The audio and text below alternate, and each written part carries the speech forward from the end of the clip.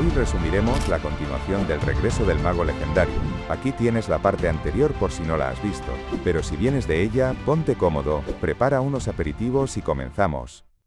Nuestros protagonistas se adentran poco a poco en el interior de la mazmorra Schweitzer, pero algo impresionante los hace detenerse. Los chicos se han topado con una puerta gigantesca que desprende muchísima luz. Lucas apoya su mano sobre la estructura e Isabela le pregunta si sabe cómo abrir esta puerta. Es un hechizo que colocó el mismo Schweitzer, identificó nuestro protagonista explicando que si tratan de forzar la entrada serán castigados. Con esto en mente, el mago legendario se dirige a una bola de cristal y coloca su mano sobre ella. Inmediatamente después, comienza a infundir su maná en el artefacto mágico, y se produce una pequeña explosión de humo que asusta a Isabela. La chica no comprende por qué sale tanto humo, pero el vapor comienza a juntarse en un mismo punto para tomar forma. Al terminar, aparece un joven chico de la nada. 1, 2, 1, 2, probando, comprobó el niño para asegurarse de que lo escucharan. Isabela desconoce la identidad de este niño extraño, y le pregunta a Lucas, pero al fijarse en nuestro protagonista, era la primera vez que veía a Fry tan asustado o nervioso. El niño da la bienvenida a su mazmorra sin saber qué es lo que buscan los magos en este lugar, pero aún así, recibe agradablemente la visita. Lucas extiende su brazo de manera temblorosa, pero no consigue tocar al niño debido a que es un holograma. Isabela intuye que debe ser un mensaje de bienvenida grabado con maná. Lucas murmura que es tan ruidoso como siempre. ¿Cuántos años mentiste sobre tu edad mientras grababas este mensaje? Se supone que deberías ser un hombre anciano, mencionó el protagonista con lágrimas de nostalgia en sus ojos. El mago legendario está feliz de poder volver a ver a Schweitzer Stroh después de tanto tiempo, aunque sea de esta forma. Isabela se sobresalta al escuchar que este niño tan joven sea el gran mago Schweitzer. El holograma pregunta por qué han venido a su mazmorra, y asegura que los escuchará con atención. Esto sorprende a los chicos, quienes piensan que Schweitzer quizás encontró una forma de mantener su conciencia hasta el día de hoy. Sin embargo, el holograma bromea diciendo que, en realidad, es solo una grabación automática, así que, aunque le cuenten la razón de su visita, no puede oírlos. Schweitzer asegura que sin importar qué estén buscando, podrán encontrarlo en su mazmorra, la mazmorra Schweitzer. Lucas intenta preguntarle algo, pero no sabe cómo hacerlo. Decide ser directo y le pregunta cómo murió Schweitzer. El holograma, al ser solo una grabación, continúa su discurso, explicando que los visitantes deben superar una prueba para entrar a la mazmorra. Lucas esperaba alguna respuesta, pero el holograma sigue explicando que deberán responder correctamente una pregunta. Si fallan, no podrán escapar de la mazmorra por toda la eternidad. Lucas siente que la voz y la actitud de su amigo siguen siendo como solían ser en ese entonces. Es como si hubiera regresado a aquellos tiempos en los que hablaban y reían juntos. Sin embargo, el mago legendario comprende que su voz no puede llegar a su amigo. En realidad, él es el único que sigue con vida. Apretando su puño, el mago se corrige a sí mismo. En realidad, él es el único que pudo sobrevivir. Aquellos a quienes Lucas Traumen amó y por quienes se preocupó, se volvieron polvo con el paso del tiempo. Pero aquel que les hizo esto sigue gobernando el mundo como si nada. Lucas entiende mejor que nadie que su enemigo sigue con vida. Con sus ideas más claras decide dar un paso al frente. El holograma decide iniciar con la prueba y pregunta por la persona que Schweitzer Stroh más odia. El muchacho espera atentamente la respuesta de sus visitantes. Sin pizca de duda en sus ojos, Lucas responde el semidios. Esta respuesta es correcta, y la grabación del mago felicita a sus visitantes. Con ello, el holograma desaparece, y la puerta que les impedía el paso se abre de par en par. Lucas avanza con una decisión renovada, mientras Isabela, de fondo, se cuestiona quién es en realidad su compañero.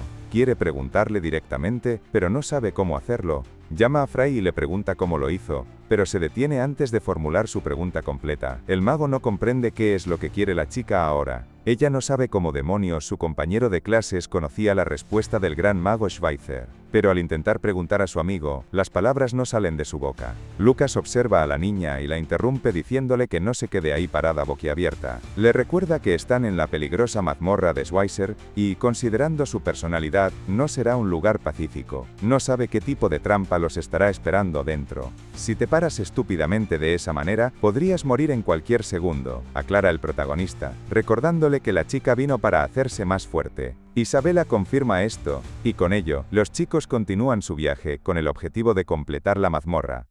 Un poco más tarde, podemos ver a un gigantesco golem de piedra. Nuestros protagonistas han conseguido llegar a la siguiente puerta, y esta vez está siendo custodiada por 2 golems que hacen de guardias. Lucas vuelve a colocar su mano sobre el artefacto, y, al infundir su maná, una gran cantidad de humo vuelve a aparecer. El gran mago Schweizer se muestra de nuevo, pero esta vez con una apariencia más madura que antes. Isabela se da cuenta de que ahora es un adolescente, y el protagonista supone que Schweizer envejecerá a medida que avancen en la mazmorra, aunque desconoce el motivo de este cambio. El holograma comienza a hablar para anunciar la segunda pregunta. Lucas no sabe a qué se refiere, y Schweizer decide explicarse. Ha preparado más y mejores artículos a medida que profundicen en la mazmorra, aunque solo tienen permitido tomar un ítem. Si no siguen estas reglas, serán castigados por los golems. Schweizer advierte a los visitantes para que tengan cuidado, ya que fallarán con un único error. Dicho esto, menciona el nombre de Iris Fishfounder. Murmura que esa mujer era realmente molesta, y que nunca podrá entender a las brujas. Revela que mientras ellos luchaban para salvar el mundo, esa mujer fue de cabeza al infierno para buscar a un hombre, sin importar que el mundo se fuera a acabar. El protagonista no sabe de qué demonios está hablando Schweizer ahora. Isabela por su lado recuerda que Iris Fishfounder es la bruja oscura. A la mente de Lucas también comienzan a llegar recuerdos de Iris Fishfounder, una mujer con cabellos negros y una sonrisa misteriosa en su rostro. El título de bruja oscura no encajaba con ella. Ningún hombre en el mundo podía resistirse a su encanto, y ahora que Lucas lo piensa, nunca ha visto una mujer tan seductora como ella. Isabela no sabe en qué demonios está pensando su compañero, pero le da mala espina. Los pensamientos del protagonista son interrumpidos por el holograma de Schweizer, quien menciona que Iris tuvo sus problemas, pero Lucas Traumen fue aún peor. El chico no podía entender cómo es que Lucas no notó lo que Iris sentía, aun cuando fue considerado el gran mago más fuerte de todos. Al descubrir esto, Lucas se emociona, incrédulo. Schweizer se burla de su viejo amigo, diciendo que, a pesar de ser un gran mago, era un tonto que no podía ver cuando una mujer estaba loca por él. Isabela, de fondo, piensa que en este aspecto, su compañero Fry es idéntico. Schweizer insulta aún más a su amigo, diciendo que incluso los golems eran más listos que él en ese aspecto. Nuestro protagonista intenta contener su ira. Con ello, el holograma anuncia su segunda pregunta. Iris hizo un contrato con 3 poderosos demonios, y los usó para pelear. Entre esos 3, uno de ellos tiene diferentes armas en cada uno de sus 6 brazos, y encarna la coexistencia de algo. Antes de que el holograma pueda terminar de formular su pregunta, Lucas responde diciendo a Sura: esta respuesta es correcta, y el holograma de Schweizer desaparece, permitiendo el paso a la siguiente sala. Isabela le pide a su compañero que al menos lo deje terminar de formular su pregunta. Al entrar en la habitación, los protagonistas se topan con una sala llena de joyas y artículos. La niña queda impresionada por la majestuosidad de todos los objetos, pero Lucas centra su atención en otra cosa. Un holograma aún más mayor de Schweizer propone seguir con la siguiente pregunta. Isabela confirma que la edad del mago progresa a medida que ellos se internan en la mazmorra. Lucas parece entender el motivo por el cual el aspecto de Schweizer envejece cuanto más se adentran. Y es que esta mazmorra, en realidad es un diario para el mago Schweizer. A Lucas le encantaría saber en qué estaría pensando su amigo al crear un lugar como este. Quería saber qué clase de mensaje estaba tratando de transmitir. Después de esto, vemos que nuestro protagonista avanza a través de las salas sin inconvenientes. Isabela está sorprendida de que haya alcanzado tan rápido la quinta habitación. El protagonista cree que es raro, ya que las preguntas no están relacionadas con el trabajo de un mago, sino que son temas bizarros y extraños. De fondo, Isabela piensa que su compañero es aún más raro por ser capaz de responder a las preguntas. Los chicos se adentran en otra sala y una voz les informa de que esta será la última habitación. Lucas queda impactado al ver el aspecto de su antiguo amigo. Schweizer lucía completamente como un anciano. El holograma menciona el nombre de Lucas Traumen, dejando boquiabierto a nuestro protagonista. Schweizer describe al gran mago Lucas Traumen como el maestro de la humanidad y un gran mago que fue aclamado como el más fuerte a la edad de los 40 años, pero añade que más importante aún fue alguien a quien considera como su querido amigo. Lucas menciona que es igual para él. Tú también fuiste mi querido amigo, murmuró el protagonista sin poder contener sus lágrimas. Isabela no entiende de qué está hablando su compañero. El holograma de Schweizer da un paso al frente y formula su última pregunta. ¿Cuál es mi verdadero nombre? Nuestro protagonista parece haber comprendido finalmente la razón por la cual Schweizer ha estado haciendo preguntas raras todo este tiempo. Y es que estas son preguntas a las cuales únicamente él podría haber respondido. Lucas responde que el verdadero nombre de Schweizer es Schweizer Wilsman. Isabela se sorprende al escuchar esto puesto que siempre pensó que Schweizer se apellidaba Stroh. Una ligera sonrisa se dibuja en el rostro del holograma y le pide a nuestro protagonista que entre, puesto que ya ha preparado todo para Lucas en la habitación. El prota le ruega a su amigo que espere un momento. Por favor Lucas, encárgate de todo, se despidió el gran mago Schweiter desvaneciéndose. El protagonista trata de estirar su mano para detener a su amigo pero no logra alcanzarlo debido a que era una grabación de maná. Lucas tiene demasiadas preguntas y tiembla de la impotencia. Por su parte Isabela no puede entender por qué el gran mago Schweitzer ha llamado por el nombre de Lucas a su compañero Fry. Después de esta escena, nuestros protagonistas se adentran en la última habitación. Isabela nota que, a diferencia de las anteriores, esta es una habitación acogedora en la que se puede vivir. Lucas husmea en un cofre y afirma haber encontrado lo que buscaba. Sostiene un pequeño frasco en su mano, e Isabela pregunta para saber de qué se trata. El protagonista revela que es río congelado, algo que deja completamente sin palabras a Isabela. Si esto fuera cierto, se trataría de esa solución legendaria creada en la cueva Wailing, la cual se forma con una gota cada 1000 años. Lo describen como un milagroso elixir que puede expandir los canales mágicos y aumentar el maná interno. Esta poción podría hacer que un humano normal alcanzara la etapa de 4 estrellas con una sola gota. Lucas elogia a la niña por estar tan bien informada como siempre. Isabela se abalanza sobre la poción, gritando que pensó que era una simple leyenda y no puede creer que lo tenga justo enfrente. Nuestro protagonista menciona que necesita esto absolutamente si quiere alcanzar la etapa de 7 estrellas. Revisando el cofre, la chica pregunta que si esta fue la razón por la cual vinieron hasta aquí.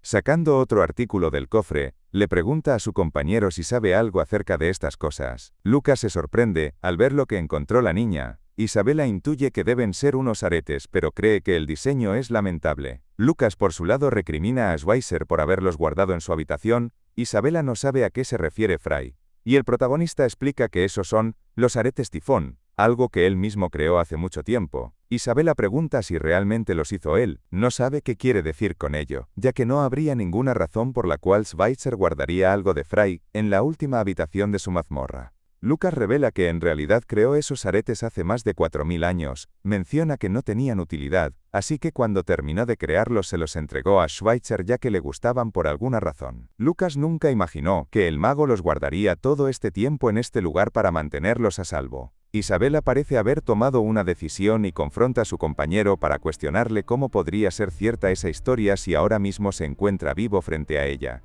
Lucas mira a la niña por unos instantes y decide contarle la verdad. Isabela espera expectante y el protagonista revela ser el gran mago Lucas Traumen. Aun cuando la chica sospechaba algo, esta revelación la deja impactada.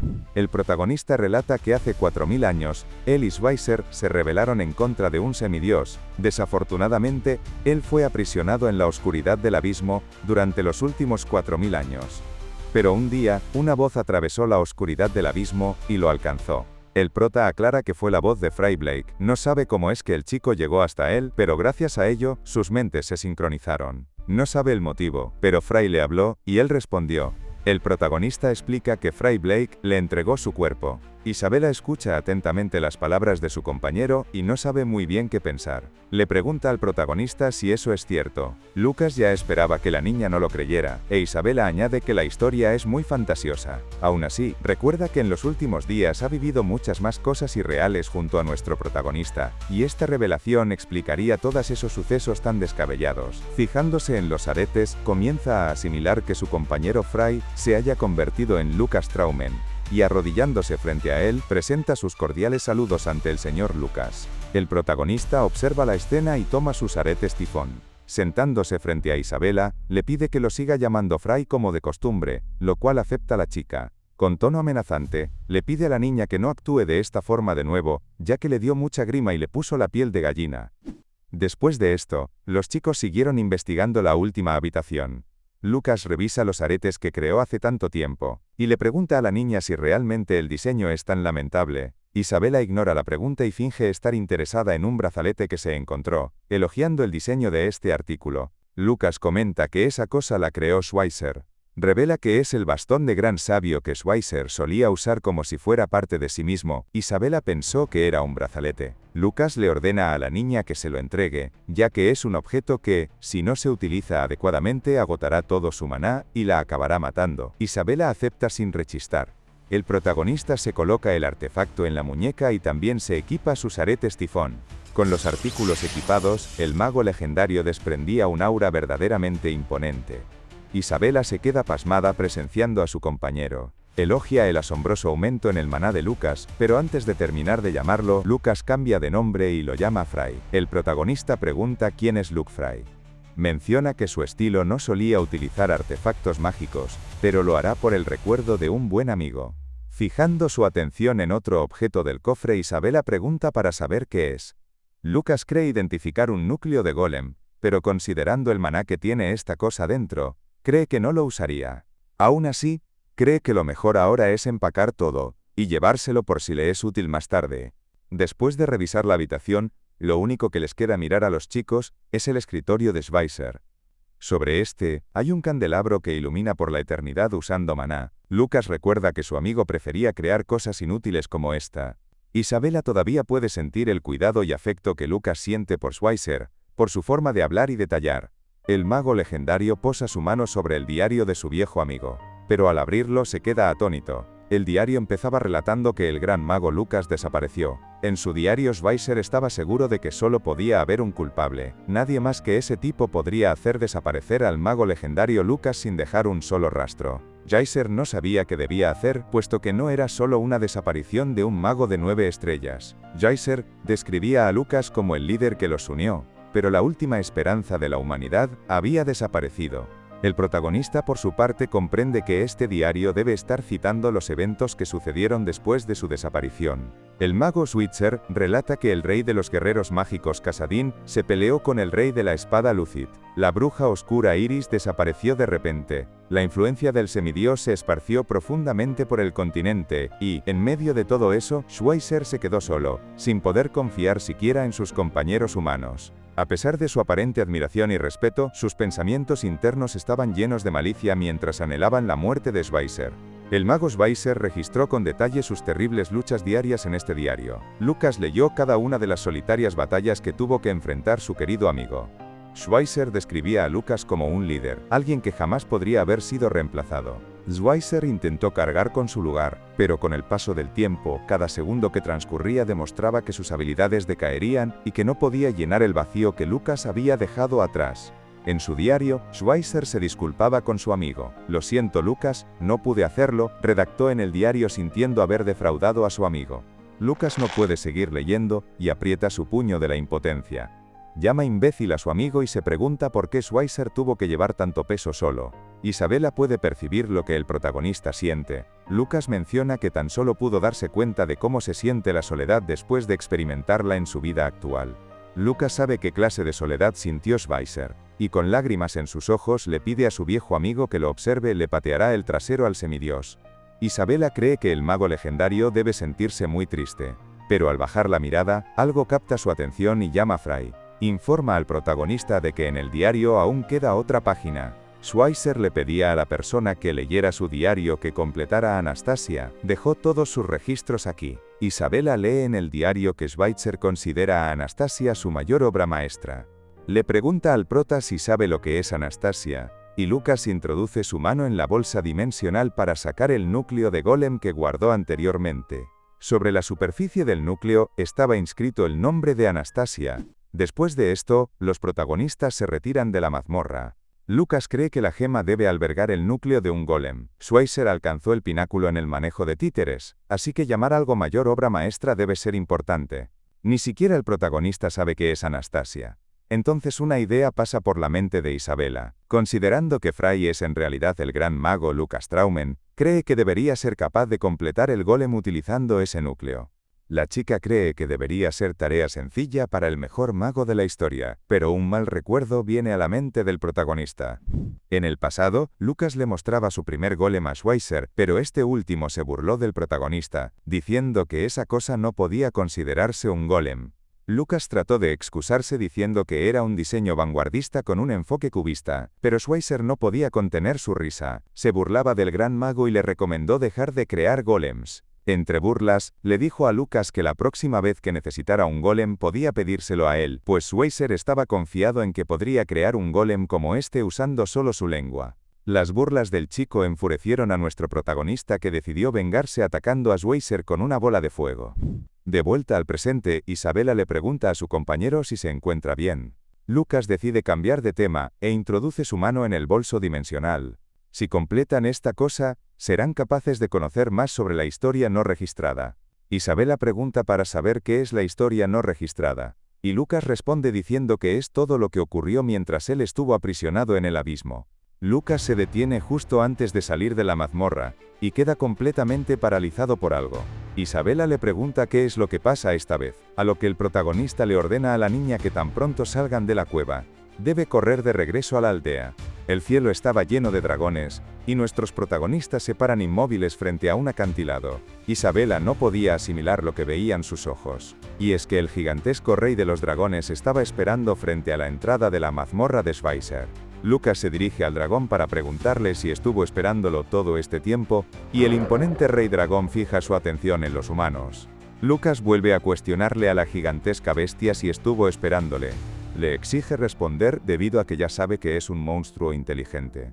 El rey dragón observa a los chicos por unos instantes y menciona que son bastante interesantes. Presentándose como el gran Torkunda, confirma las sospechas de nuestro protagonista y revela haber estado esperándole, ya que entró sin permiso en su territorio. El mago legendario intuye que el dragón debió haberlos notado cuando estaban en el bosque, y pregunta la razón por la cual no los atacó en ese entonces.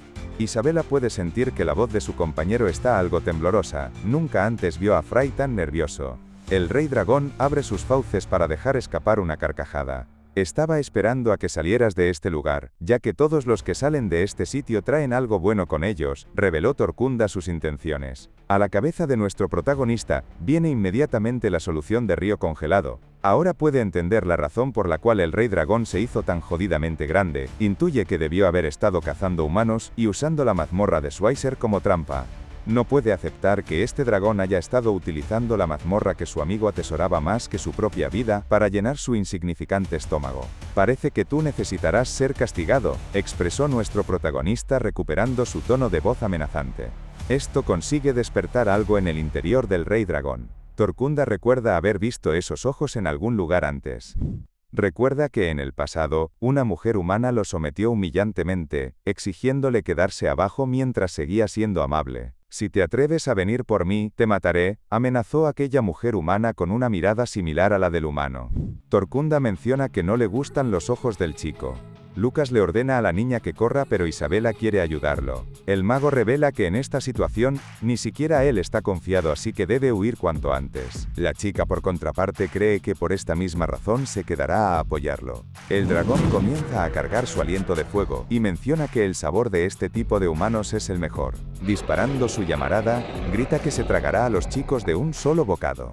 El protagonista imbuye su maná en el brazalete de Schweizer, haciendo que este tome la forma del bastón de gran sabio que siempre solía portar. Lucas actúa más rápido que nunca, y golpea al monstruo con su muro de piedra para cancelar su llamarada. Este golpea tan contundente parece confundir un poco al rey dragón. Lucas le cuestiona a la niña si acaso no entiende la situación.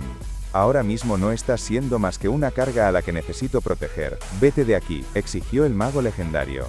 Estas palabras son dolorosas para la chica, pero en una situación como esta necesita tragarse su orgullo y se marcha para no molestar al mago, prometiendo que volverá lo más rápido posible. Torkunda consigue recuperarse y maldice al bastardo humano.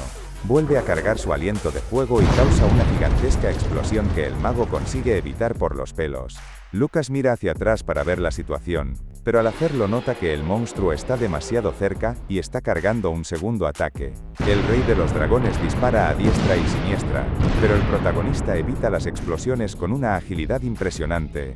Aprovecha su tamaño para escabullirse entre las explosiones, pero desafortunadamente es detenido por algo. Una horda de dragones normales había venido a apoyar a su rey e interrumpen el paso del humano. Lucas comienza a poner maná en sus aretes tifón y en el bastón de Schweizer para crear varias lanzas de hielo a su alrededor. Con su mano libre comienza a castear un segundo hechizo y genera una tormenta de viento que envuelve todo su cuerpo.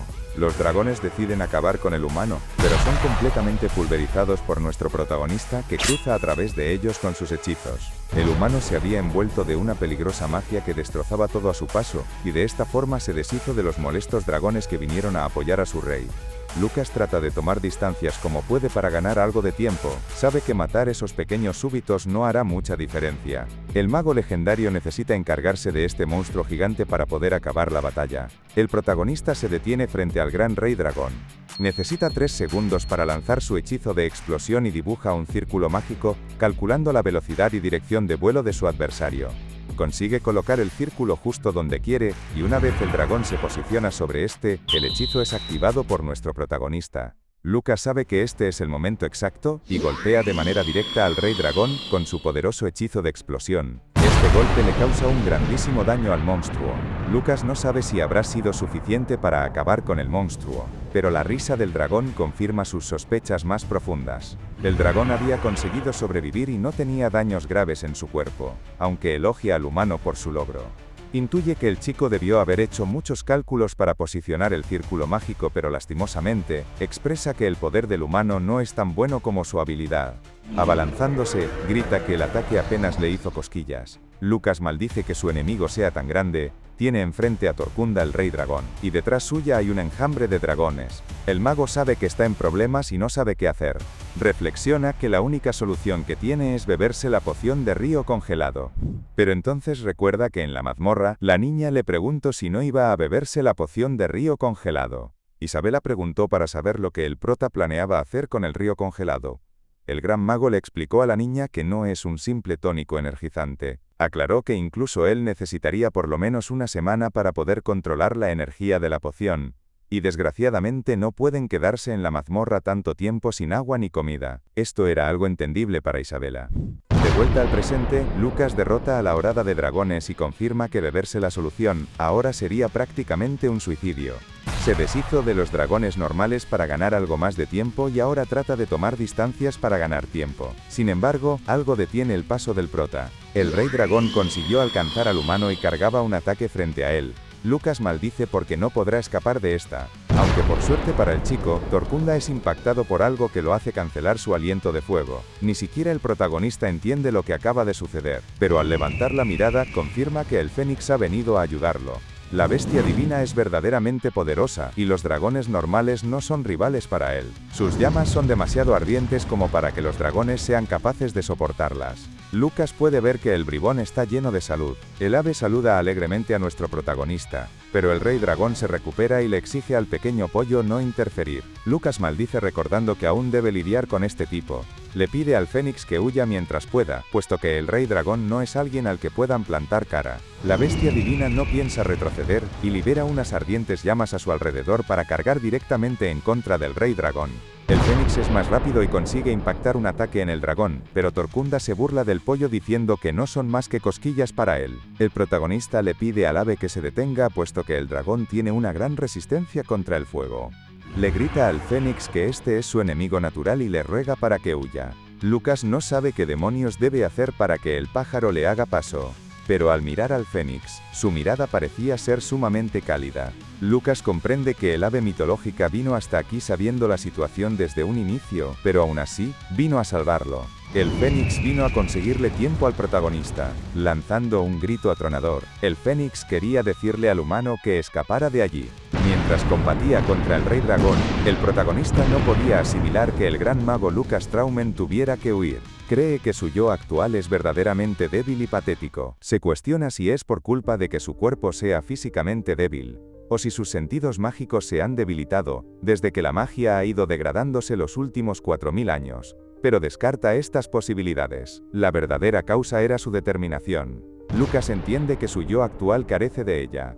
Escapando del lugar se disculpa con el Fénix, prometiendo que le devolverá el favor. Lucas se dirige al interior de una cueva a gran velocidad. Tiene que darle las gracias al rey dragón por haberlo hecho ver cuán débil es actualmente, pero nunca olvidará esta humillación. Sacando la poción de río congelado, Lucas se autoconvence de que la muerte es algo natural que ocurre todos los días. Tomándose la poción de un trago, ruega para que el Fénix resista un poco más. Lanza el frasco de la poción al suelo, y todavía no siente nada en su cuerpo, aunque los efectos surten efecto antes de que pueda reaccionar. El cabello plateado del protagonista comienza a tomar un tono aún más blanquecino, y deja escapar un gran grito de dolor. El poder de la poción río congelado es demasiado fuerte para Lucas, y el maná sale disparado de su cuerpo en todas direcciones. La energía es tan intensa que las propias paredes de la cueva comienzan a congelarse. El mago legendario golpea el suelo e intenta controlar este poder tan abrumador que ha introducido en su cuerpo. De vuelta a la batalla, vemos que el Fénix continúa resistiendo. Torkunda sentía que este pájaro le era familiar, y confirma que debe ser la bestia divina que se escapó de sus garras hace tiempo. El dragón celebra que hoy es un gran día, menciona que el humano que escapó era una buena presa, pero la tenaz energía vital del Fénix será un festín que llenará su estómago. El ave recuerda el día que escapó del dragón. Después de una dura batalla, Torkunda fue el justo vencedor de la contienda y se burló de su presa. Murmuró que iba a tener una asombrosa comida y el Fénix estaba sumamente débil. Aún así, no pensaba morir tan patéticamente y causó una gigantesca explosión en el lugar. El dragón insistió en que seguir luchando sería inútil, pero al disiparse el humo vio que en realidad, ese bastardo escurridizo decidió escapar. Aún así, sabía que la bestia divina no podría huir de su territorio, mientras permanezca en las montañas Hispania cruzarán caminos de nuevo. Con la explosión, el Fénix logra refugiarse entre los árboles del bosque, chocando violentamente contra ellos por el impacto. La bestia salió muy malherida de su primer enfrentamiento contra el Rey Dragón, pero justo cuando pensó que era su final, sintió una gran energía emanando del interior de una cueva. Al entrar, se encontró con nuestro protagonista, quien intuyó que el Fénix debió de haber enfrentado a un oponente muy abrumador. El Fénix estaba demasiado débil, pero el humano decidió ayudarlo, entregando el maná que estuvo acumulando en las montañas Hispania. Lucas reveló que el Fénix le recordaba a un viejo amigo. La bestia mitológica también pensó que este chico le recordaba a un viejo amigo.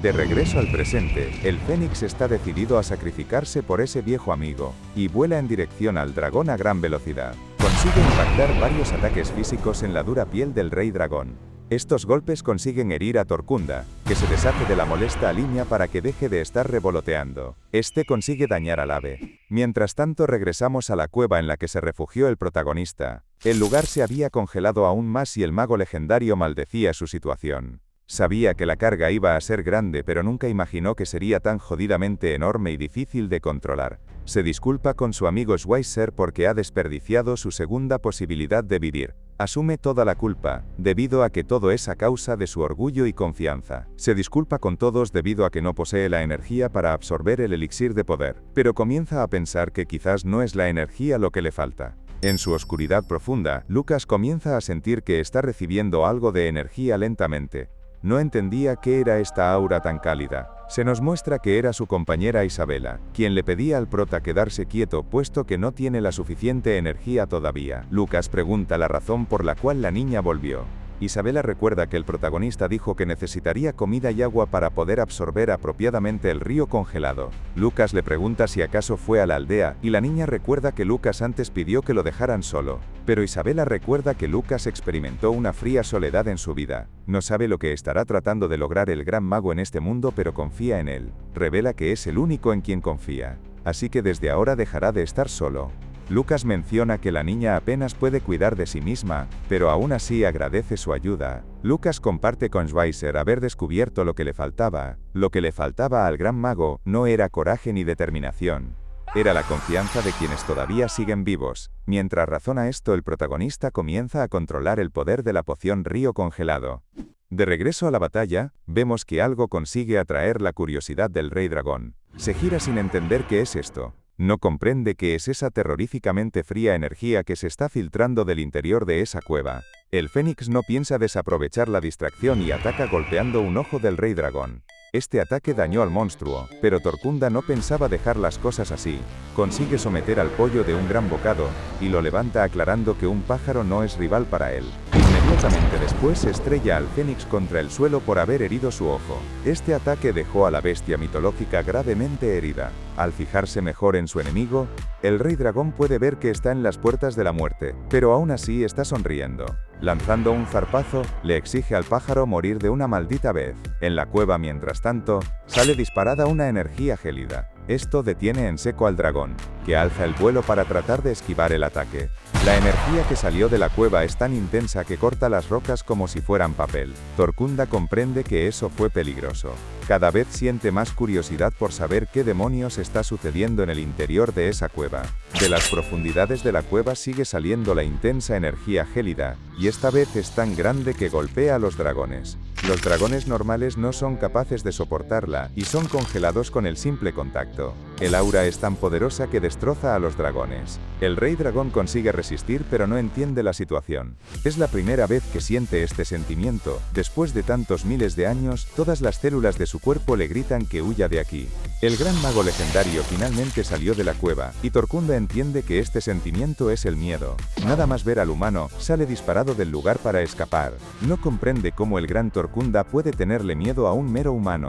Intenta convencerse de que, sin importar cuánto pelee, sigue siendo un simple humano, pero aún así se excusa en que volverá cuando su ojo se cure. Desgraciadamente para él, su paso es detenido por el protagonista. Torkunda no alcanza a comprender cómo es que un mero humano fue capaz de alcanzarlo, pero al darse cuenta ya está siendo completamente rodeado por gigantescas lanzas de hielo. Lucas no tiene piedad y dispara su arsenal en contra del gran dragón. El monstruo cae a causa del daño recibido por las estacas de hielo. Tembloroso, maldice al humano, pero se deshace de las lanzas y grita que sigue siendo un miserable humano.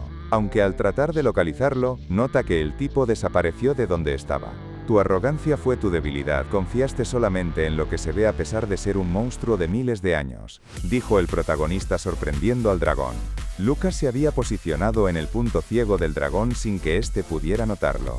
El mago legendario carga una nueva lanza de hielo y atraviesa el otro ojo del rey de los dragones. Torkunda insulta al bastardo y golpea al humano con su cola, para hacerlo impactar contra las rocas de las montañas Hispania. El golpe es verdaderamente poderoso, y Lucas atraviesa varias rocas hasta chocar contra una montaña.